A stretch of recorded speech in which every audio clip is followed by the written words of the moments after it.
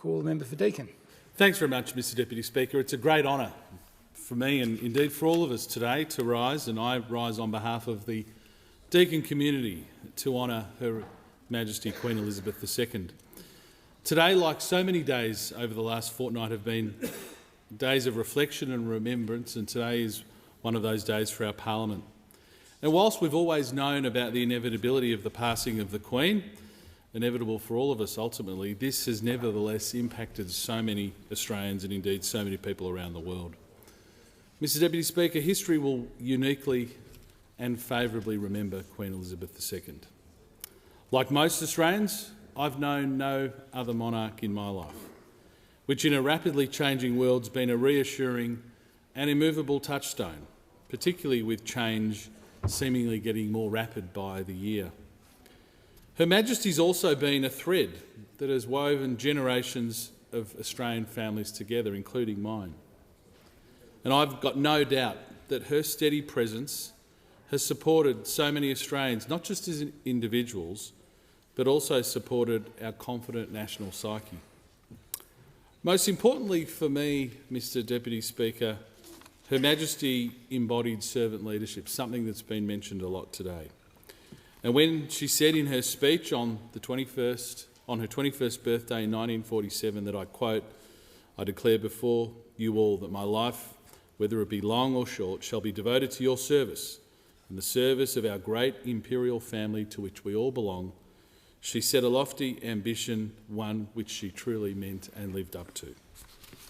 She also importantly led by example.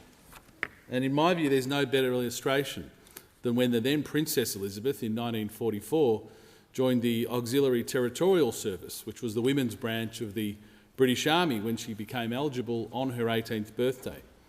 At that time, unmarried women under 30 had to join the armed forces or work on the land or in industry, and Princess Elizabeth enthusiastically enlisted and was later promoted to junior commander, which is the equivalent of a captain.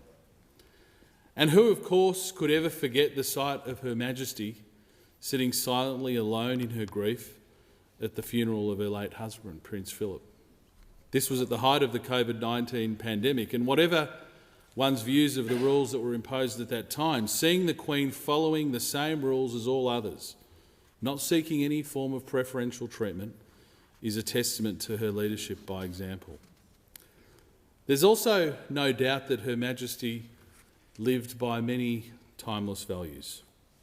She seemed unaffected by the fads or trends of the day, and whilst she always reflected the inevitable evolution of the modern world and the Commonwealth, she never succumbed to the all-too-modern pressure of ditching those values which have stood the test of time.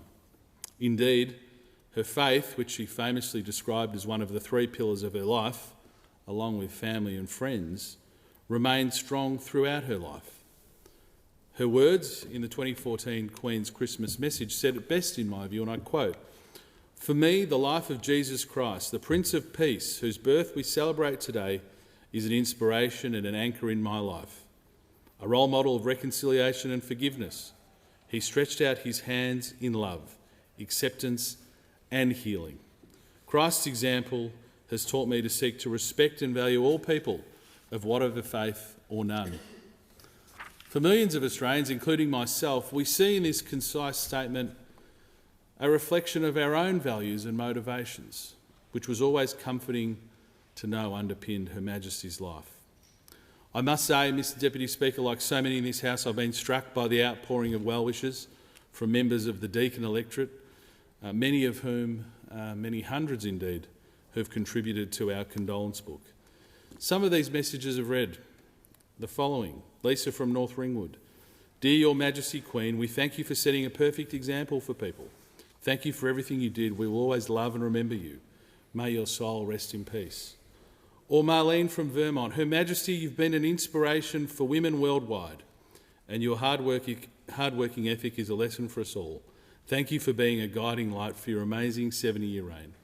Rest peacefully, your work is done." Or Jing from Ringwood.